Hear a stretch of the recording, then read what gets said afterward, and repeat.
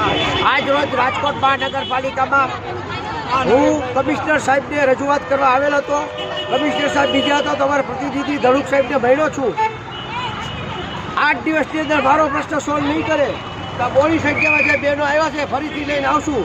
તો રાજકોટના કમિશનરને વોર્ડ નંબર 18ના 4 કોર્પોરેટરને વિનંતી કરું છું કે આજથી અમે જન સેવાનું ચાલુ કર્યું છે.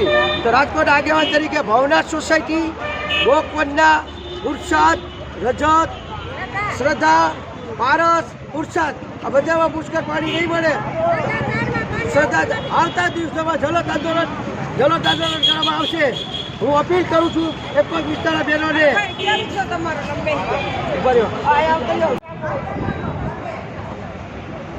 કાગળી ઓદર રાખજો, તમારે મોઢા નહીં આવે છે નીચો રાખો. મોઢું તો દેખ આપણી સોસાયટી વાળા છે મોટો.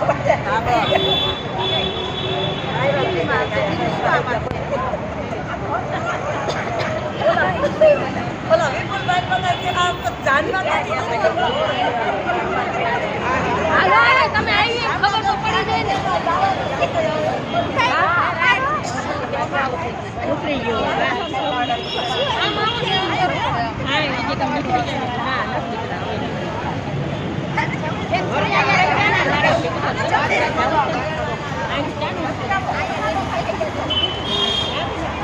તમે બેન શેના માટે આવ્યા? બોલતો આ રોડ રસ્તા માટે. તમે આ શેના માટે જ આવ્યા હો? આ રોડ રસ્તા માટે અને પાણી માટે આવ્યા છીએ. તમે બેન અમે રસ્તા માટે. તો આ બધા કાતરી કર્યું શું? નથી હાવ. ઠીક.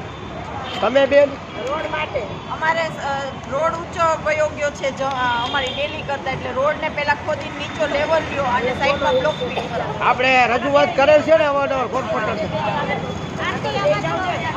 કોર્પોરેટરને જોયા આપણે કોઈએ? આપણા કોર્પોરેટરને કોઈએ જોયા? આવતા જ નથી. અમાર ટાઈટલ પહેલાની જમીન કોઈ નથી કરતા. આજ વખતે કોઈને મત આપવાનું છે? ના ના, જે અમારું કામ કરશે ને અમે એને સપોર્ટ આપીએ. અમારું કામ કરશે ને અમારું કામ કરે તો સપોર્ટ આપીએ ને, એમને થોડા આપીએ એમ કઈ.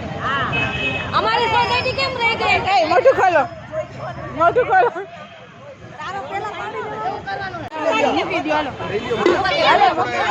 સરકારી અરે ફોડવી નથી.